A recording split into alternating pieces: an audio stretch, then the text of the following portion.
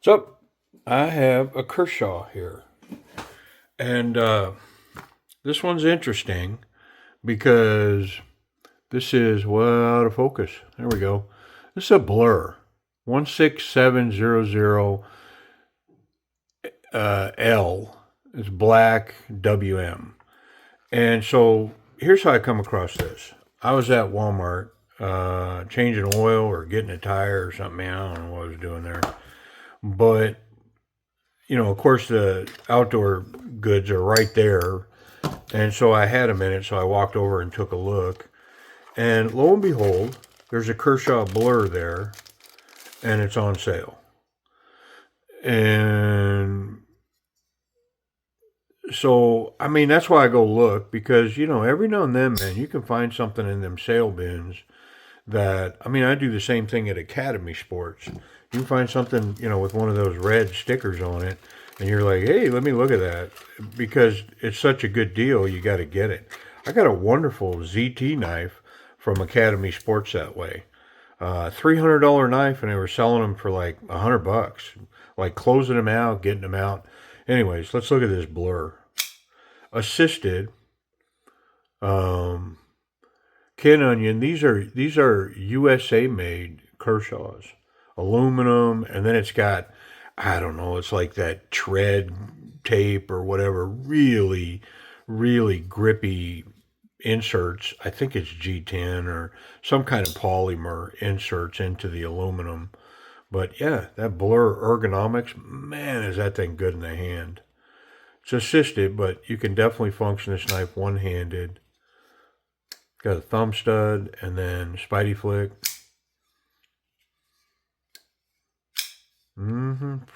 Pretty nice.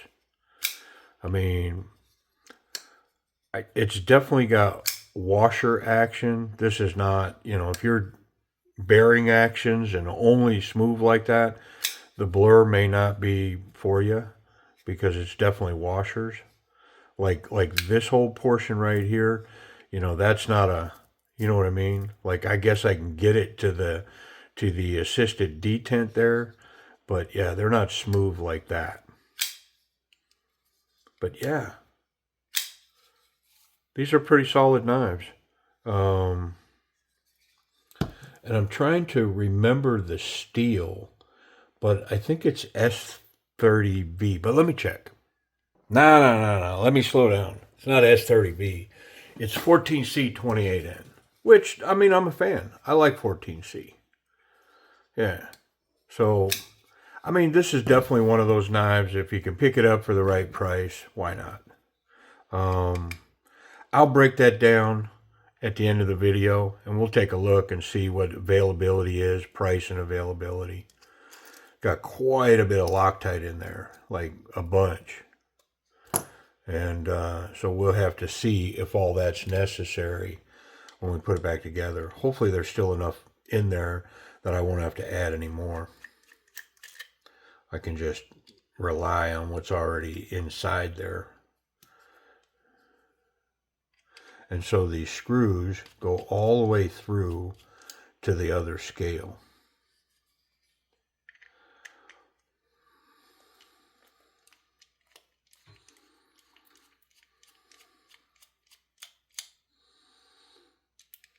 Okay, I think we're ready to come apart. Let me take some tension off of that.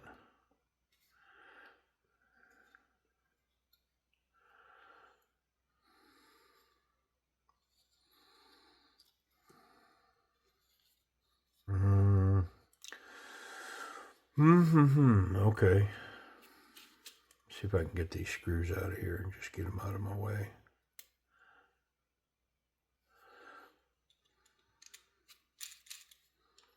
Well, they're not going to come out, but they are out of my way. So let's work on getting that separated.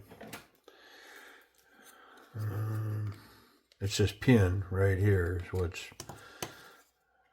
what's holding up. There we go. Man, these are so handy. Come on. those little ones for working on phones. Not. So it's got they come with a steel liner. Look at the Loctite in here. They come with a steel liner where the assist is captured underneath there and they grease that. I'm not going to mess with that assist part.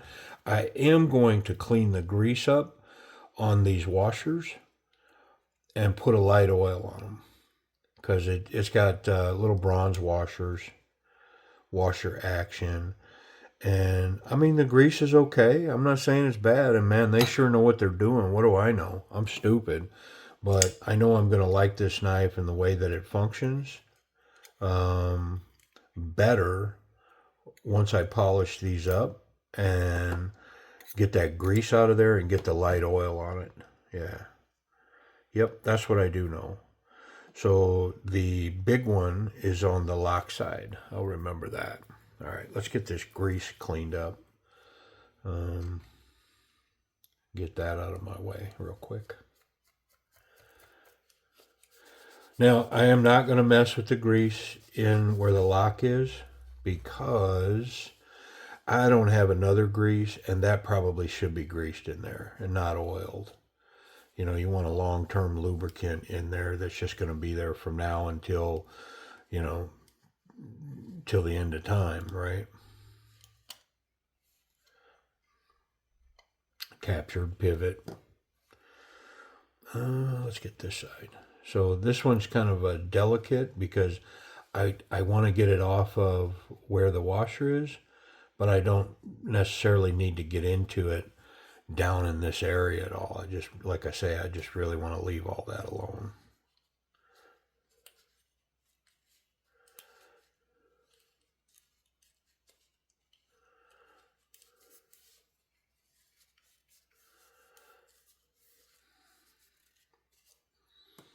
Okay.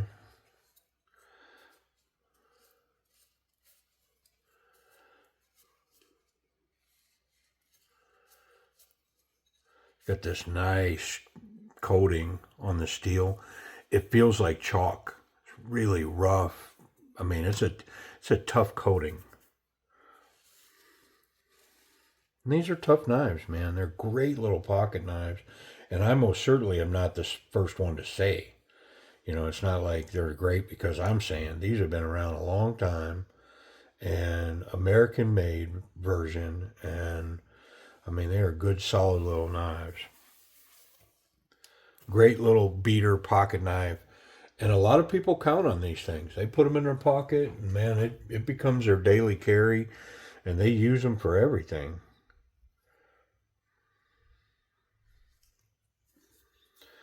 And I will say, they're not your budget Kershaws either, because you could buy Kershaws for $20, you know, $15. You could buy Kershaws for, you know, $30 and $40. That's not this Kershaw.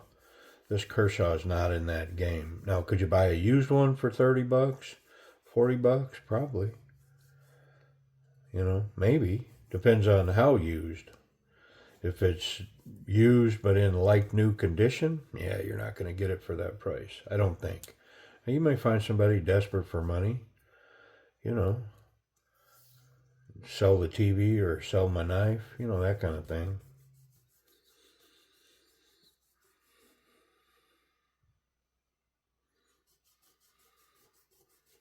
So all I have here is I have one of the Work Sharp half-inch belts. I don't really use these belts, so I use them to polish washers and different things, and they work wonderful for that. Nice fine grit, get a nice polish on there, get them running smooth.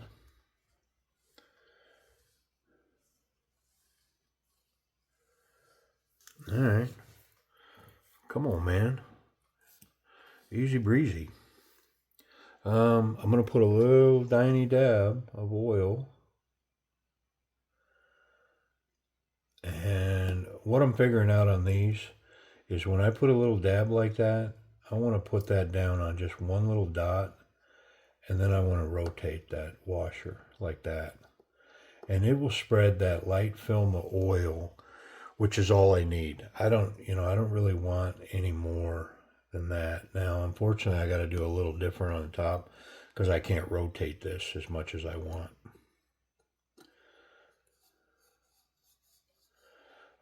I want to put a little bit on that detent ball as well.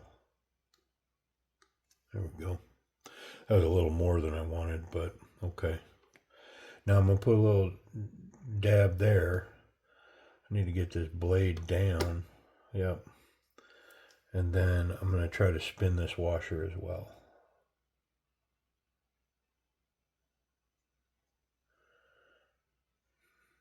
Yeah. There we go. And then I'm going to have to maybe a little over oil there. But we're done. We're ready to go back together. Might be easier if well, hold on. I got to connect. I got to catch the, yeah.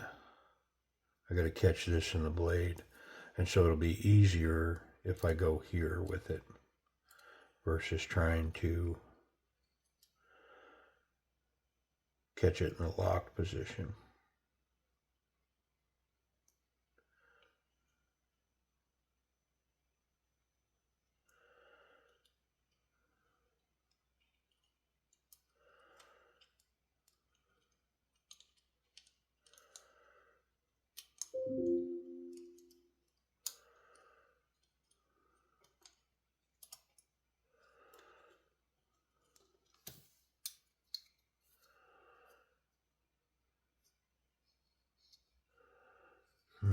I missed it.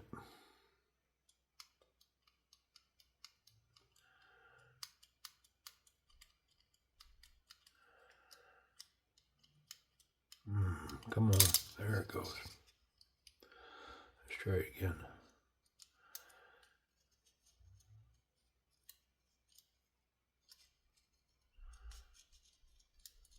I mean, I'm looking right at it, but for some reason I can't get it in the hole. There, I got it. I thought I did. There it is. All right, now we can line everything up, start smashing it together. Now, before I go tightening everything, I just want to check. Yeah, I'm good. I'm caught. Okay. I'm going to tighten these body screws, snug them up, make sure I don't have any alignment issues here. I just want them snug.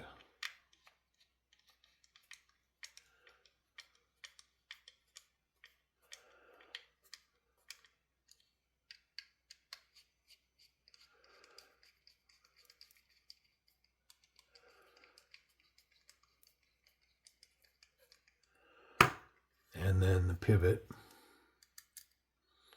And I left all that Loctite on it and in that thread because even though it's not new Loctite, it'll still grip them threads and help line everything up. My blade's centered now and I'm snug on these, so I'm going to check this action.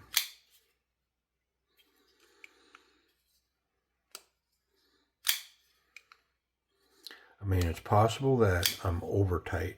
I mean, everything's running really well, but I'm going to try to, try to loosen just a little bit. Loosen that one and this one. And then I'm going to tighten that back one.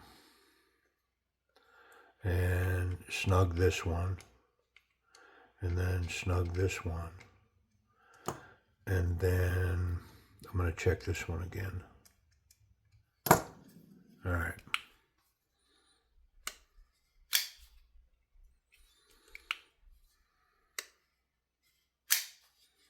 Better.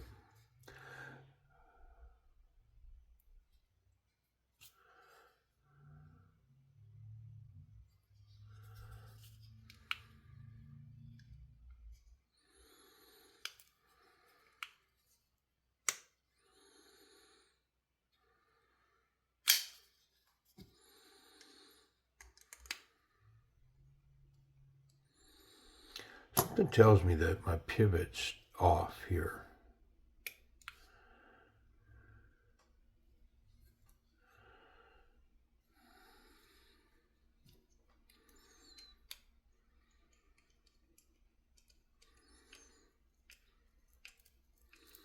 Yep. Yeah, see, now it's sucked down in there. It was hanging out there. That was not correct.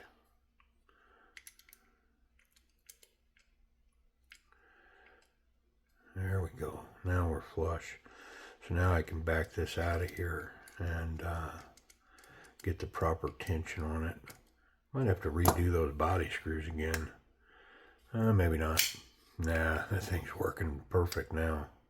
Wow, is that nice. Yeah, locked up really tight. Super snappy.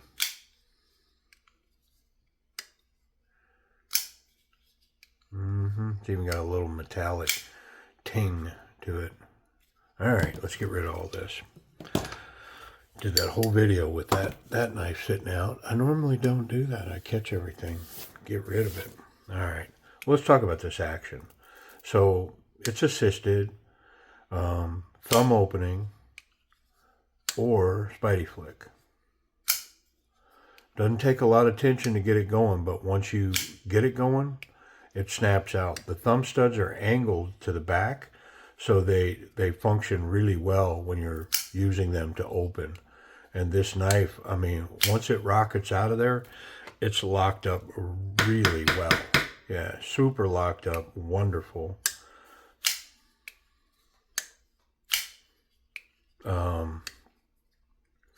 I mean, as assisted knives go, I'm going to say, you know, it's probably, you know, it's like B plus, A minus. I mean, it's pretty solid. It's wonderful stuff. And there's nothing weird going on here to get that to function. I don't feel like, you know, coming out of pocket with this, I'd fumble it all to make that function. I'd be able to get to it, you know. As well as getting to the lock bar. It's got jimping on it. The liner lock, it's got jimping on it. This is recessed a little bit so I can get my thumb into it really easily to disengage that lock. Yeah. And I mean, man, if you get enthusiastic and put your wrist into it a little bit, this thing, I mean, it'll kick in your hand. It's wonderful. Ergonomics, yeah, so very comfortable in hand. I mean, it's just molded right. I mean, they hit a home run when they did this. You know, it reminds me a lot of some Ray Laconico designs. Very comfortable in hand. That jimping bites in to that index finger. The thumb has a nice platform, a little bit of jimping on the scales and the spine to lock in here. So not so confident, very confident. I mean, it's going to come up a little short of a confident grip just because there's no real finger tab here, and any forward, you know, resistance could result in a lost grip and coming up and, you know, damaging yourself on the blade. I will say that this here, ultra confident, you know, the thumb caps here wonderfully, and this grip is ultra strong. Really nice to do this. And then this knife also affords this, which I'm a bigger fan of. I think I can get better leverage hammering down this way than I can this way. And so this knife affords it. This knife affords me to smack down into that. I almost think I need to get a piece of wood so that I can poke that in there and kind of illustrate the difference.